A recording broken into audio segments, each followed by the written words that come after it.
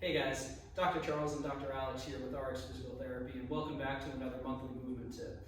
Today we're going to give you 4 exercises that you can use to help improve your hip mobility so that you can use them as part of your warm-up or cool-down sequence and make the hips feel real nice and greasy as you're moving through your workouts. So stay tuned, keep watching, and follow along as we go. Okay guys, so our first drill here, all you're going to need is a bench, and you're going to have it all the way up here so the top is perpendicular to the bottom of the bench. What you're going to do is place your inside of your knee and ankle resting against the bench, and your other hands can stay on top of the bench and help support you so that you're not moving your trunk at all. What you're going to do is kick your leg out to the side here, doing hip internal rotation, holding it for 3 seconds, and then you can go back to your starting position. So as you do this, you might start to feel your hip muscles on the outside here start to light up or get a little crampy. That means you're doing it right and you're working those hip muscles. So I would say do about 10 of these, 3-second hold on each one, and then you can switch to the other side and see how you feel.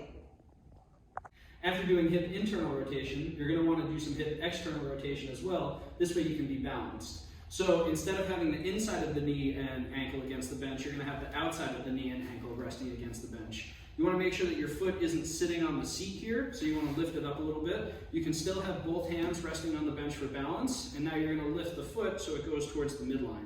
You're going to hold for a 3-second hold, and you're going to feel both of your groin muscles lighting up. After 3, bring it back in. You're going to want to do 10 of these and switch to the other side. Okay guys, for our next drill, we're going to do something that's going to help open up the groin and inner thigh. So what you can do is take something soft that your knee can rest on, or you can just do this on a mat, whatever's comfortable for you. You're going to place your hands down, and then your other leg's going to be out to the side here. When you do this, you want to make sure your hands are on the inside of your knee, kind of in line with your belly button. This leg out here, your knee's going to stay straight, and your foot's going to stay on the ground. From here, you're going to rock your butt back to your heel, and then come back up to your starting position. So when you do this, you should start to feel these muscles start to kind of stretch a little bit. You might feel something in the groin. That's totally normal. That's what we're looking for, actually. I would say do about 10 of these, and if you feel comfortable, you can hold this end position to feel the stretch for about 3 to 5 seconds, and then come back up to your starting position, and then switch to the other side. Last thing we're going to do is teach your body how to control hip extension on one side while working some hip flexion on the other side. So you're going to have your foot resting on a bench. You're going to have your ankle, knee, hip, and shoulder in a straight line so that the torso stays upright. And you're just going to try and lift your foot off the bench without any rounding through your body. So once you lift, you're going to hold for a 2 or 3-second hold and bring it back down. You should feel the front of the hip on the lifting side and the glute on the other side.